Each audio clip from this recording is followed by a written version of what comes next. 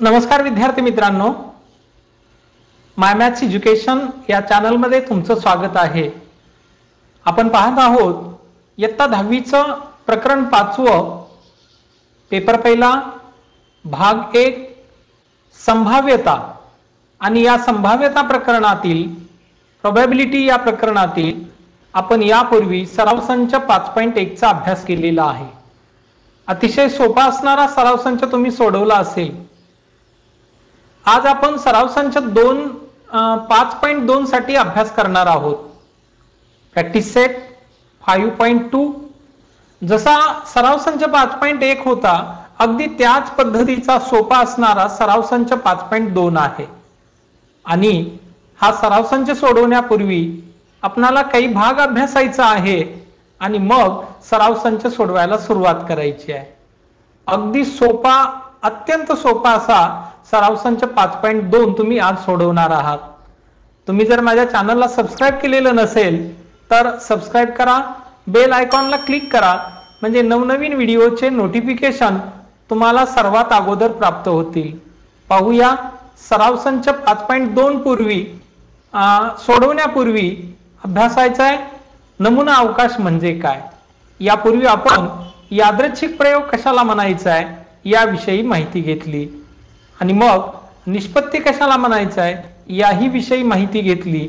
आज आपण नमुना अवकाश कशाला म्हणायचा आहे, सॅम्पल स्पेस म्हणजे काय याविषयी माहिती घेणार आहोत। यादृच्छिक प्रयोगात शक्य असणाऱ्या सर्व निष्पत्तीच्या संचाला नमुना अवकाश असं म्हणतात। अतिशय सोपी व्याख्या बघा, यादृच्छिक प्रयोगात शक्य असणाऱ्या सर्व निष्पत्तीच्या संचाला नमुना अवकाश असं म्हणतात। यादृच्छिक प्रयोग कशाला म्हणायचा आहे हे आपण यापूर्वीच्या व्हिडिओमध्ये पाहिलेलं असेल की ज्या प्रयोगाची फलित अगोदरच आपल्याला माहित असतात पण त्याविषयी निश्चित असं आपण भाकीत करू शकत नाही, अशा प्रयोगांना आपण यादृच्छिक प्रयोग असं म्हटलेलं आहे, रॅन्डम एक्सपेरिमेंट। मग आज आपण पाहतोय की नमुना अवकाश कशाला म्हणायचा आहे, सॅम्पल स्पेस म्हणजे काय, की यादृच्छिक प्रयोगामध्ये शक्य असणाऱ्या सर्व निष्पत्तीच्या संचाला नमुना अवकाश असे म्हणतात। आणि हा नमुना अवकाश सॅम्पल स्पेस याला दुसरं नाव आहे, म्हणून त्याचं पहिलं अक्षर एस किंवा याला ओमेगा या ग्रीक अक्षरानं दर्शविलं जातं। या चिन्हाने संचाच्या स्वरूपात दर्शवितात। नमुना अवकाशातील प्रत्येक घटकाला नमुना घटक असं म्हणतात। नमुना अवकाश एस मधील एकूण घटकांची संख्या नंबर ऑफ एस न दर्शवितात।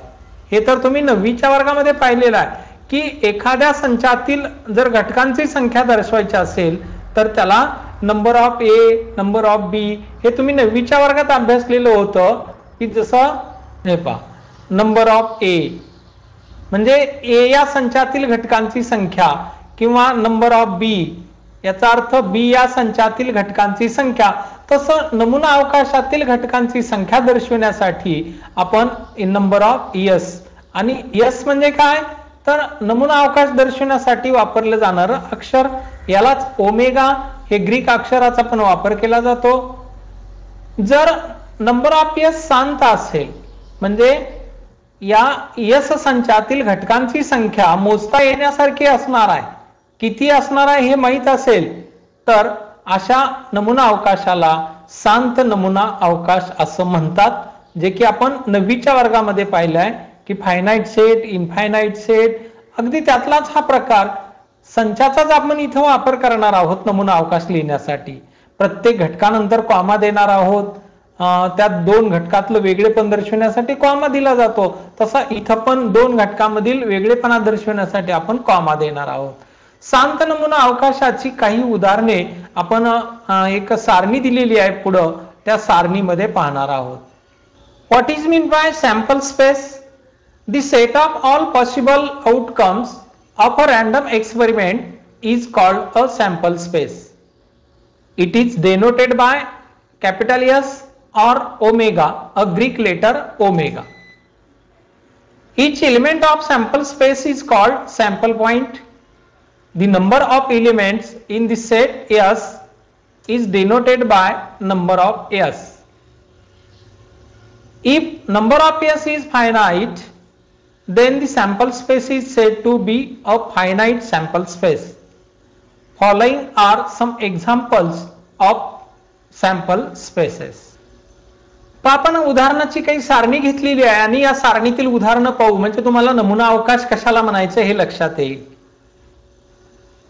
पहिला क्रमांक अनुक्रमांक यादृच्छिक प्रयोग तो आहे एक नाणे फेकणे.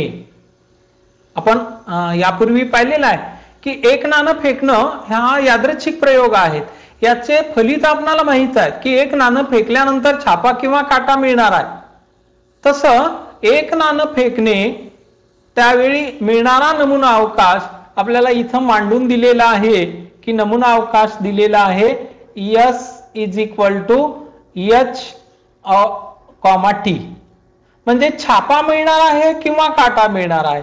इथं दोन घटक मिळणार आहेत. एक नाणं फेकल्यानंतर एकतर छापा मिळेल किंवा काटा मिळेल. म्हणजे हा जो सेट आहे, सॅम्पल स्पेस आहे, नमुना अवकाश आहे, यामध्ये दोन घटक असणार आहेत. कोणते? छापा किंवा काटा किंवा छापा आणि काटा. मग इथं दोन घटक आहेत या नमुना अवकाशामध्ये, म्हणून number of S is equal to 2 या ठिकाणी लिहिलेला आहे. कारण एक नाणं फेकल्यानंतर तिथं दोन घटक मिळणार आहेत. एक तर छापा मिळणार आहे किंवा काटा मिळणार आहे. म्हणजे निश्चित आपल्याला सांगता येणार नाही ना नेमकं काय मिळणार आहे. तर छापा काटा म्हणजे दोन घटक झाले, म्हणून number of S is equal to 2. Then second experiment, second random experiment, दोन नाणी फेकणे. दोन नाणी फेकल्यानंतर काय होणार आहे की एक नाणं फेकलं, पहिल्यावर छापा मिळाला, दुसरं नाणं फेकलं होतं त्यावेळी छापाच मिळाला. परत एक नाणं फेकलं, पहिलं नाणं फेकलं त्याच्यावर छापा मिळाला आणि दुसरं नाणं फेकलं होतं त्याच्यावर काटा मिळाला.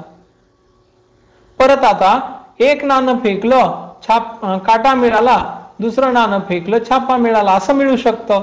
किंवा दोन्ही नाण्यावर काटा मिळू शकतो. म्हणजे इथं नमुना अवकाशातील घटकांची संख्या किती? नमुना अवकाश काय झाला? HH, HT, TH आणि TT या निष्पत्ती आहेत. आणि मग हे चार घटक या नमुना अवकाशातील आहे. आता बघा, तुम्हाला नेहमीसाठी असं लिहायचं आहे, एक नाणं फेकलं, नमुना अवकाश SHT, दोन नाणी फेकले, HH, HT, TH आणि TT. म्हणजे दोन नाणी फेकली असता नमुना अवकाशातील घटकांची संख्या मिळणार आहे आपल्याला number of S is equal to 4. परंतु हे कायम लक्षात ठेवायचं आहे, एक नाणं फेकलं, नमुना अवकाशातील घटकांची संख्या 2 आहे. दोन नाणी फेकली, नमुना अवकाशातील घटकांची संख्या 4 आहे. आता तीन नाणी फेकली, तीन नाणी एकाच वेळी फेकली काय किंवा एक नाणं तीनदा फेकलं काय, या दोन्हीचा अर्थ सारखाच बरं का. किंवा एक नाणं दोनदा फेकलं काय किंवा एकाच वेळी दोन नाणी फेकली काय, त्याचाही अर्थ सारखाच होतो. कारण एकाच वेळी दोन नाणी फेकली, पहिल्या नाण्यावर छापा, दुसऱ्यावर काटा. किंवा एक नाणं दोनदा फेकलं, पहिल्यांदा फेकला छापा, दुसऱ्यांदा फेकला काटा, दोन्हीचा अर्थ एकच आहे. मग एक नाणं फेकणं, नमुना अवकाशातील घटकांची संख्या 2, दोन नाणी फेकली, नमुना अवकाशातील घटकांची संख्या 4 आणि तीन नाणी फेकल्यानंतर तर नमुना अवकाशातील घटकांची संख्या 8 दिली आहे. मग तीन नाणी फेकल्यानंतर काय आलंय? HH, HHT, HTH, THH, HTT, THT, TTH आणि TTT. तिन्ही नाण्यावर काटा मिळाला. तिन्ही नाण्यावर पहिल्यांदा छापा मिळाला, परत पहिल्या 2 वर छापा मिळाला आणि एकावर काटा मिळाला, असंही मिळू शकतं. किंवा पहिल्यावर छापा, दुसऱ्यावर काटा आणि परत तिसऱ्यावर छापा, अशी शक्यता आहे. किंवा पहिल्यावर काटा आणि नंतरच्या दोन्ही नाण्यावर छापा मिळाला, असंही होऊ शकतं. किंवा पहिल्यावर छापा मिळाला, दुसऱ्या दोन्हीवर काटा मिळाला, हेही होईल. किंवा पहिल्या आणि तिसऱ्यावर काटा मिळाला आणि मधल्याच नाण्यावर किंवा दुसऱ्या नाण्यावर छापा मिळाला, असंही होऊ शकेल. किंवा पहिल्या 2 नाण्यावर काटा मिळाला आणि शेवटच्या नाण्यावर छापा मिळाला, किंवा तिन्ही नाण्यावर काटा मिळाला, म्हणजे इथं एकूण घटक आहेत 8, म्हणून number of S is equal to 8. लक्षात येते ना? आता एक फासा टाकणे, डायस फेकल्यानंतर आपल्याला माहित आहे की त्या फाशाच्या प्रत्येक पृष्ठावर एक अंक दिलेला असतो किंवा टिंब दिलेला असतं, आणि त्या टिंबाचा वापर करून तुम्ही सापशिडीचा खेळ खेळला असाल. तर अशा अनेक खेळामध्ये तुम्ही याचा वापर करू शकता. एक फासा टाकल्यानंतर वरच्या पृष्ठभागावर मिळणाऱ्या अंकाची संख्या ही 1 आहे, कदाचित 2 मिळेल, कदाचित 3 मिळेल, 4 मिळेल, 5 मिळेल किंवा 6 मिळेल, म्हणजे एकूण 6 शक्यता आहेत. आणि मग या नमुना अवकाशातील घटकांची संख्या होते number of S is equal to 6. या यादृच्छिक प्रयोगातील नमुना अवकाशातील घटकांची संख्या 6. ते कोणते? ते 1 2 3 4 5 6 हे अंक आहेत. बऱ्याच वेळा, बहुतेक वेळा आपल्याला हे सर्व संच व्यवस्थितपणे लिहावे लागतात. नमुना अवकाशात कोणते कोणते घटक आहेत, मग तिथं 30 असतील, 35 असतील, 36 असतील किंवा आणखी त्यापेक्षा जास्त असतील. म्हणजे काही उदाहरणामध्ये सर्वच लिहावे लागतात, काही उदाहरणामध्ये तुम्हाला ते सुरुवातीचे 2-4 लिहून मग शेवटचे 1-2 लिहिले तरी चालतात, पण प्रत्येक उदाहरणात असं चालत नाही. काही उदाहरणामध्ये सर्वच लिहिणं गरजेचं असतं, आणि काही उदाहरणामध्ये मात्र सुरुवातीचे 4-5 लिहून नंतर शेवटचे 1-2 लिहिले तरी चालतात, पण सगळ्या उदाहरणामध्ये असं लिहून चालणार नाही. ज्या त्या उदाहरणाशी संबंधित कसं लिहायचं आहे हे आपण ठरवायचं आहे. 2 फासे टाकणे. आता पहा, एक फासा टाकला तर आपण पाहिलं की किती घटक येत आहे नमुना अवकाशामध्ये, तर नमुना अवकाशात घटक येतात 6. पण जर 2 फासे टाकले, यामधील नमुना अवकाश जो असणार आहे, या नमुना अवकाशातील घटकांची संख्या ही एकूण 36 असणार आहे. कारण पहिल्या फाशावर 1 पडला, दुसऱ्यावर 1च पडेल, किंवा पहिल्या फाशावर 1 पडला, दुसऱ्यावर 2 पडतील.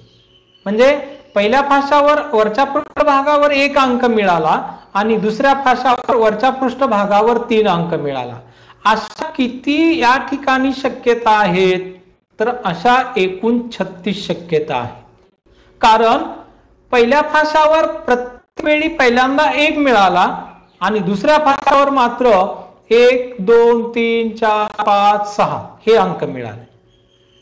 मग असंही होऊ शकेल की पहिल्या फाशावर 6 वेळा 2 मिळाले आणि दुसऱ्या फाशावर मात्र पहिल्यांदा 1 2 3 4 5 6 असे अंक मिळाले. म्हणजे या सर्व शक्यता तपासल्या तर या एकूण 36 शक्यता मिळतात. म्हणजे याचा अर्थ की आपणाला हा जो यादृच्छिक प्रयोग आहे, एकाच वेळी 2 फासे टाकणे किंवा एक फासा 2दा टाकणे, तर यामध्ये एकूण 36 घटक मिळतात. म्हणजे नमुना अवकाशातील घटकांची संख्या 36 मिळते. Number of S is equal to 30. नंतरचं जे उदाहरण आहे, 1 ते 25 संख्या लिहिलेल्या कार्डाच्या संचामधून एक कार्ड काढणे. पहा, असे काही कार्ड आहेत की त्यावर 1 नंबर 2 नंबर 3 नंबर टाकले, म्हणजे 25व्या कार्डावर 25 नंबर येईल. आणि असे सर्व कार्ड एखाद्या बॉक्स मध्ये भरले किंवा एखाद्या बॅग मध्ये टाकले आणि त्यातलं एक कार्ड आपण काढून घेतलं न पाहता, तर मग ते निघालेलं कार्ड कोणत्या नंबरचं असू शकेल? अशा किती शक्यता येतील? तर तिथं 25 शक्यता असणार आहे. कारण कदाचित ते कार्ड 1 असेल, 2 असेल, 3 असेल किंवा 25 पर्यंतचा कोणताही एक अंक असेल.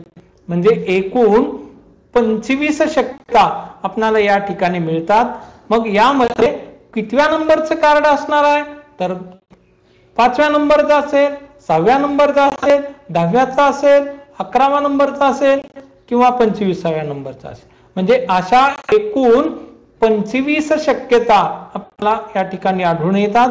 याचाच अर्थ या प्रयोगाच्या नमुना अवकाशामध्ये एकूण 25 घटक असणार आहेत आणि म्हणून number of S is equal to आपल्याला इथे लिहावं लागणार आहे या रिकाम्या जागेत, रिकाम्या बॉक्स मध्ये 25. सोपं आहे की नाही? आता या पुढचा प्रयोग पाहू आपण की योग्य रीतीने पिसलेल्या 52 पत्त्याच्या कॅट मधून एक पत्ता काढणे. कॅट हा 52 पत्त्याचा असतो. आपण यापूर्वी याच्याबाबत थोडी माहिती घेतली आहे की यामध्ये 52 पत्ते असतात.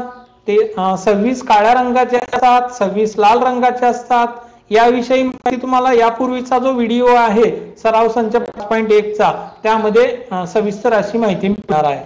मग चौकटचे 13 पानं असणार आहेत, इस्पिकचे 13, बदामचे 13, किल्वरचे 13, म्हणजे एकूण या 52 पत्त्याच्या कॅट मध्ये एक पत्ता काढला आपण तर त्यामध्ये 52 पैकी कोणताही एक पत्ता असण्याची शक्यता असणार आहे आणि म्हणून नमुना अवकाशातील घटकांची संख्या या ठिकाणी लिहिली आहे. Number of S is equal to 52. कळलं का? आता नमुना अवकाशातील घटकांची संख्या कशाला म्हणायचं, नमुना अवकाशातले घटक कसे लिहायचे, प्रत्येक उदाहरणासाठी असा नमुना अवकाश आता तुम्हाला लिहिता आला पाहिजे, तो येणार आहे. Serial number first, random experiment, one coin is tossed, sample space S is equal to H or T, head or tail, therefore number of sample space point in S is equal to number of S is equal to 2. Here we can write number of S is equal to 2 because the sample points in set H or T, H आणि head, H म्हणजे head आणि tail, head छापा आणि tail याला आपण काढणार आहोत. दोन नाणी फेकली, 2 coins are tossed, we get S is equal to HH, HT, TH, TT. There are 4 points in this set, sample sample space HH, HT, TH and TT, therefore number of S is equal to 4. Then 3 coins are tossed, then we get S is equal to HHH, HHT, HTH, HTHH, HTT, THT, TTH and last TTT. Then number of S is equal to 8. Die is thrown, then we get in this experiment, die is thrown in this experiment, we get S is equal to here 1, 2, 3, 4, 5 and 6. Then number of S is equal to 6. 2 dice are thrown, then we get S equal to 1, 1, 1, 2, 1, 3, 1, 4 up to 6, 6. Total sample points in the set S, which is a sample space, we get there are 36 points. A card is drawn from a pack bearing numbers from 1 to 25. Which number is we get 1, 2, 3, 4 or up to any number up to 25. There are 25 points in the sample space, therefore number of S is equal to 25. Then a card is drawn from very shuffled pack of 52 playing cards. Then we get the diamond type of card. There are 13 possibilities, spade 13 possibilities, heart 13 possibilities and club card 13 possibilities. There are 52 possibilities in this experiment, random experiment, which is a card is drawn from well shuffled pack of 52 playing cards. Then number of years we get 52 cards. Number of years samples points in sample space is equal to 52. आतापर्यंत आपण काय पाहिलं, एक नाणं दोनदा फेकणं किंवा दोन नाणी एकाच वेळी फेकणं या दोन्ही यादृच्छिक प्रयोगात नमुना अवकाश सारखाच असतो. हेच तीन नाण्याच्या बाबतीतही सत्य असतं. एक नाणं दोनदा फेकणं किंवा दोन नाणी एकाच वेळी फेकणं या दोन्ही यादृच्छिक प्रयोगात नमुना अवकाश सारखाच असतो. हेच तीन नाण्याच्या बाबतीत सत्य आहे की एक नाणं तीनदा फेकलं काय, मिळणारा नमुना अवकाश तोच असेल की जेव्हा तीन नाणी एकाच वेळी फेकली काय. एक फासा दोनदा फेकला काय किंवा दोन फासे एकाच वेळी फेकले काय, या दोन्ही ठिकाणी मिळणारा नमुना अवकाशातील घटकांची संख्या किंवा नमुना अवकाश सारखाच असणार आहे. की दोन फासे फेकले, पहिल्या फासावर एक, दुसऱ्या फासावर एक, किंवा एक फासा दोनदा फेकला तर पहिल्यांदा फेकला तर मिळाला एक, दुसऱ्यांदा फेकला तर मिळाला एक. असे मग एक फासा दोनदा फेकणं किंवा दोन फासे एकाच वेळी फेकणं इथं जे 36 नमुना घटक मिळणार आहे. म्हणजे दोन्हीचा अर्थ एकच आहे, कारण दोन्ही ठिकाणी मिळणारे नमुना घटक सारखेच असणार आहेत आणि संख्या पण सारखीच असणार आहे. The sample space for a coin tossed twice is the same as that of two coins tossed simultaneously. The same is true for three coins. The sample space for a die rolled twice is the same as two dice rolled simultaneously. एक fossa फेकला काय किंवा एकाच वेळी दोन फासे फेकले काय, या दोन्हीचा अर्थ एकच असणार आहे.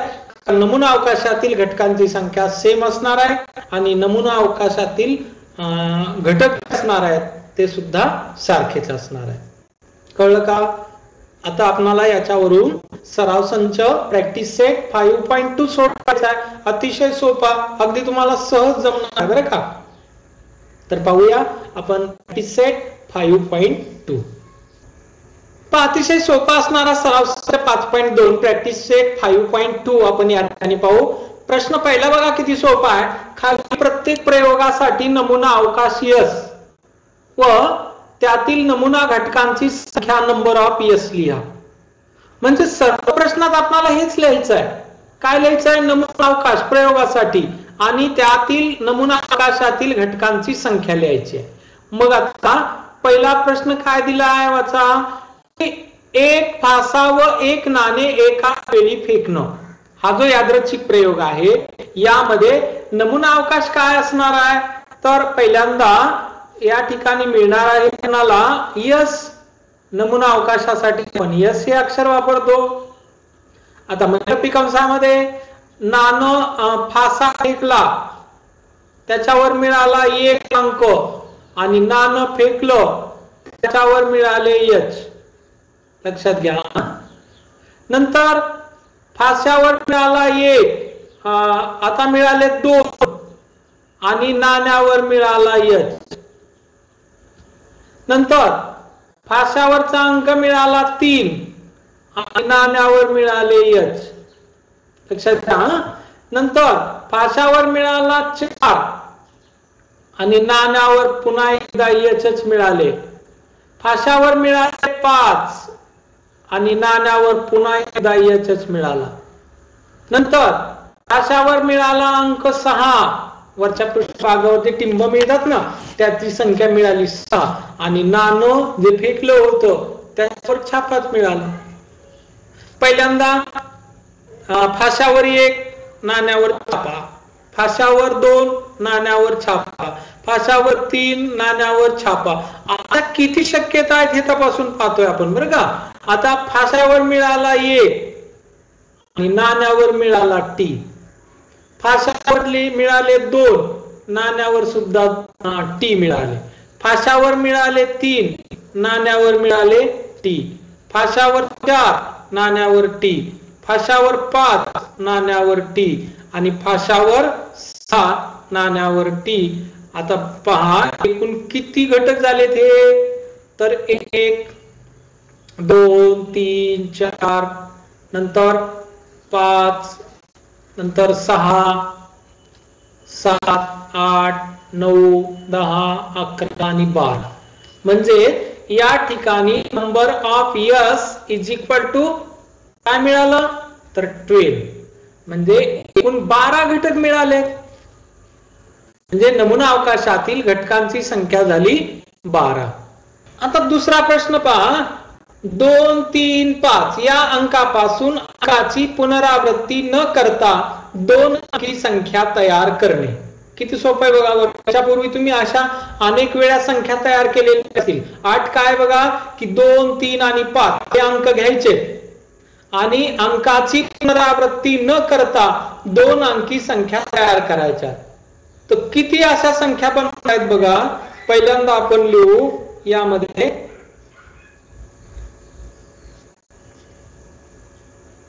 S इज इक्वल टू, पहिल्यांदा लिहिला अंक 23. कळतंय ना कसं लिहायचं आहे, 23 नंतर 25 नंतर 32 नंतर 35. आता 33 लिहायची नाही कारण अंकाची पुनरावृत्ती होते, किंवा इथं 22 लिहायची नाही कारण अंकाची पुनरावृत्ती होते.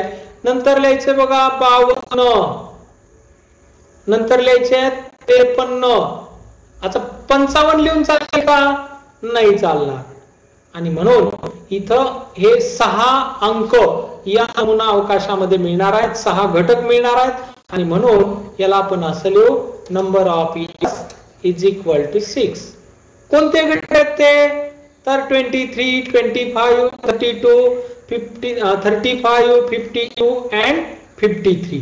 इथं अंकाची पुनरावृत्ती झाली आहे का, 3 अंक आपण एकदाच घेतला, 5 अंक एकदाच घेतला. इथं 22 पण घेता आले असते, पण 22 घेता नाही आले कारण अंकाची पुनरावृत्ती झाली असती. 33 नाही घेतले आपण कारण अंकाची पुनरावृत्ती झाली असती. म्हणजे एकूण 6 घटक मिळाले. Practice set 5.2 question number first. For each of the following experiments, write sample space S and number of samples points number of S. One coin and one die are thrown simultaneously. Then we get sample space S is equal to 1 on die. There we get number 1 and coin H. Then 2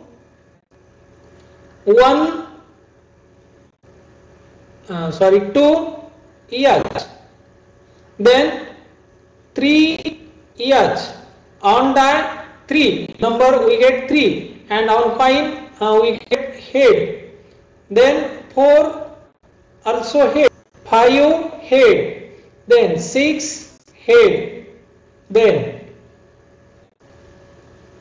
1 tail, 2 tail, 3 tail, 4 tail, 5 tail and 6 tail. There are we get 1 2 3 4 5 6 7 8 9 10 11 and 12 points in this set sample space. Therefore we can write number of S is equal to 12. There are 12 elements in the sample space. We can also see sample points. There are 1H, 2H, 3H, 4H, 5H, 6H, 1H and tail, 1 tail, H and head, 1 tail, 2 tail, 3 tail, 4 tail, 5 tail, 6 tail. Therefore we get number of S is equal to 12. 2-digit numbers are formed using digit 2, 3 and 5 without repeating a number. या 2, 3 आणि 5 या अंकापासून अंकाची पुनरावृत्ती होऊ द्यायची. Number repeat न करता 2 अंकी 2 डिजिट नंबर तयार करायचे. मग कोणते कोणते होतील बरं? तर पहिल्यांदा याला आपण लिहिलं S इज इक्वल टू, आपण दुसऱ्या प्रश्नाचं उत्तर लिहू लागलो बरं का आता. तर पहिल्यांदा होईल 23 नंबर, नंतर 25, 22 होणार नाही कारण तिथं 2 चं रिपिटेशन व्हायला लागलं. नंतर 32, 35, नंतर 52 आणि 53. किती नंबर झाले बघा आता? 1, 2, 3, 4, 5 आणि 6. Therefore number of S is equal to 6. या संचामध्ये एकूण 6 नंबर मिळतात, 6 पॉइंट्स मिळतात. सॅम्पल पॉइंट हे 23, 25, 32, 35, 52, 53 and number of 6 is equal to number of S is equal to 6. आता पुढचा प्रश्न आहे पहा, 6 रंगाच्या तपकिरीवरील बाण फिरविल्यावर तो कोणत्या रंगावर स्थिर होतो हे पाहणे. इथे एक लाल एक तबकडी दिली, रंग लिहिलेली, रंगाची नावं असणारी. तर या तबकडीवर तुम्ही अशा खेळणी पाहिलेली असेल एखादी की ते बटन दाबल्यानंतर जो एरो आहे तो कोणत्या तरी एका ठिकाणी तो स्थिर होतो. मग कोणत्या ठिकाणी स्थिर होतो? तर अशा प्रकारची एक खेळणी असते आणि त्या खेळणीमध्ये काय केलंय की ते 6 रंग आहेत या खेळणीच्या त्या तबकडीवरती आणि तो बटन दाबल्यानंतर तो बाण कोणत्या रंगावर स्थिर राहतो. तर यासाठी या प्रयोगासाठी नमुना अवकाश लिहायचा. तर एकूण 6 रंग आहेत म्हणल्यानंतर अर्थातच या उदाहरणामध्ये 6 शक्यता आपल्याला मिळणार आहेत आणि या 6 शक्यतामध्ये नमुना अवकाश लिहायचा आहे. S बरोबर कोणत्या रंगावर तो बाण स्थिर राहील? एक लाल रंग आहे म्हणजेच लाल, नंतर केशरी आहे, नंतर याचे केशरी. कोणत्याही यापैकी कोणत्या तरी एका रंगावर तो स्थिर राहणार आहे म्हणून पुढचा रंग आहे पिवळा, परत निळा. यापैकी कोणत्याही रंगावर तो बाण स्थिर राहणार आहे, आपल्याला निश्चित माहित नाही. त्यानंतर आहे हिरवा,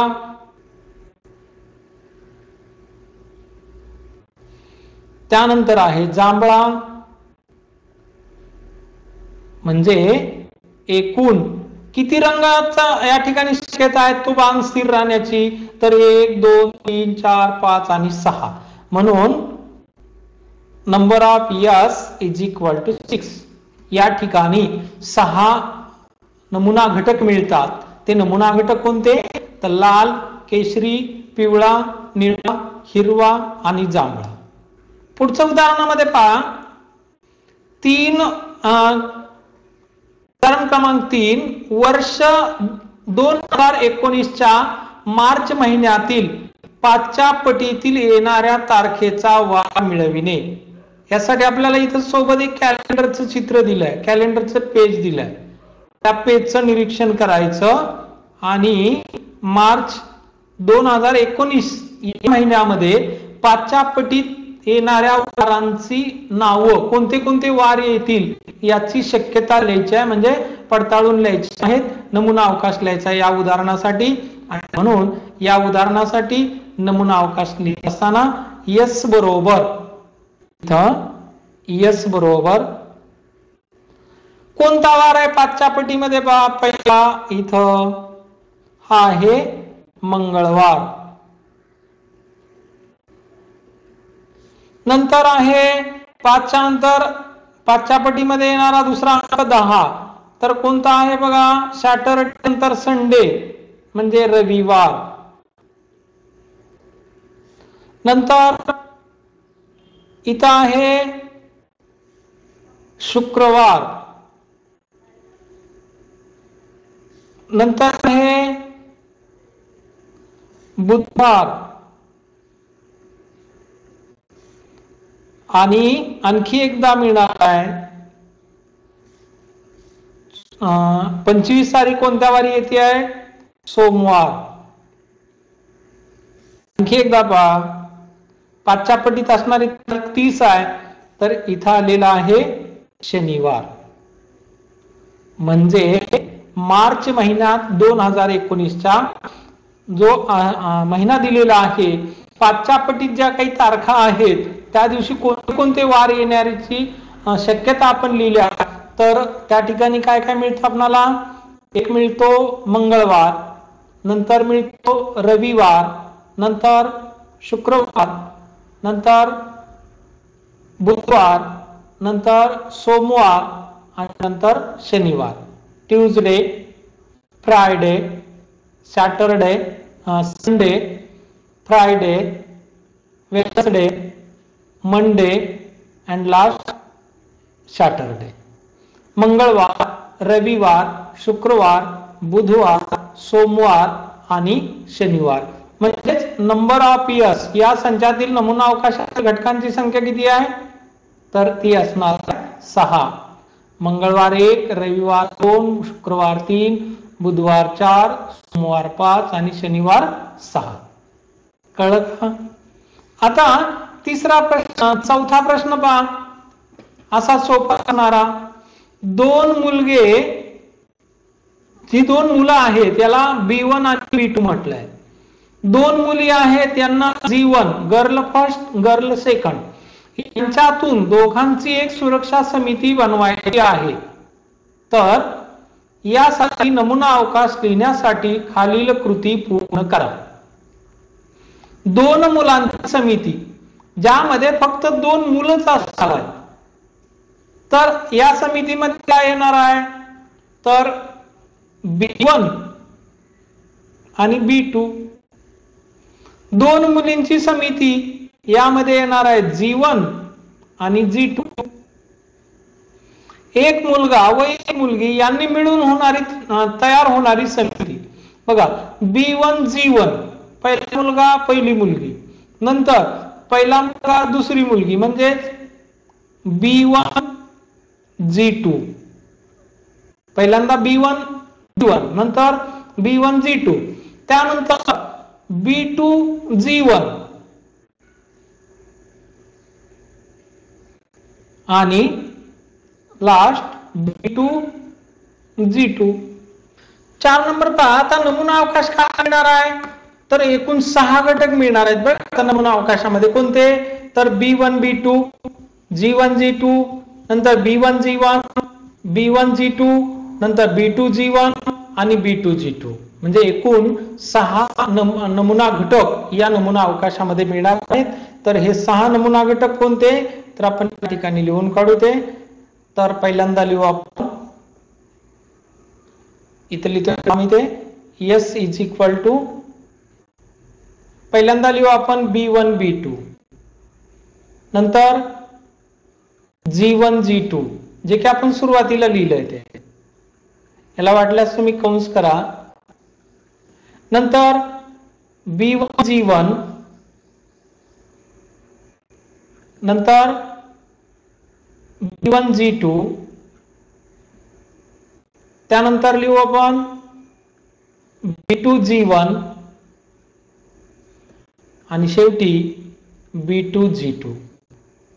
म्हणजे एकूण 6 घटक या नमुना अवकाशामध्ये मिळणार आहेत. तर ते B1 B2, G1 G2, B1 G1, B1 G2, नंतर B2 G1 आणि B2 G2. म्हणजे पहिला मुलगा दुसरा मुलगा, दोन्ही मुलांची ही समिती असेल. फक्त मुलींची समिती असेल G1 G2. एक मुलगा आणि एक मुलगी याच्या मात्र 4 समित्या तयार होऊ शकतात. B1 G1, पहिला मुलगा पहिली मुलगी, नंतर पहिला मुलगा दुसरी मुलगी अशी होऊ शकते, किंवा दुसरा मुलगा पहिली मुलगी यांची एक समिती होऊ शकते, किंवा दुसरा मुलगा आणि दुसरी मुलगी या दोघांची एक समिती तयार होऊ शकते. म्हणजे एकूण अशा प्रकारे 6 समित्या तयार होऊ शकतात. अशा रीतीनं आज आपण या ठिकाणी प्रॅक्टिस सेट 5.2 सराव संच 5.2 या ठिकाणी पाहिलेला आहे. हा तुम्हाला लक्षात आलेला असेल. आता तुम्ही हा सराव संच सोडू शकता. सोपा आहे की नाही? तर हा व्हिडिओ तुम्हाला आवडला असल्यास लाईक करा, तुमच्या मित्रांना तो शेअर करा आणि तुम्ही जर माझ्या चॅनलला सबस्क्राईब केलेलं नसेल तर सबस्क्राईब करा, बेल आयकॉनला क्लिक करा, म्हणजे नवीन व्हिडिओचे नोटिफिकेशन तुम्हाला प्राप्त होतील.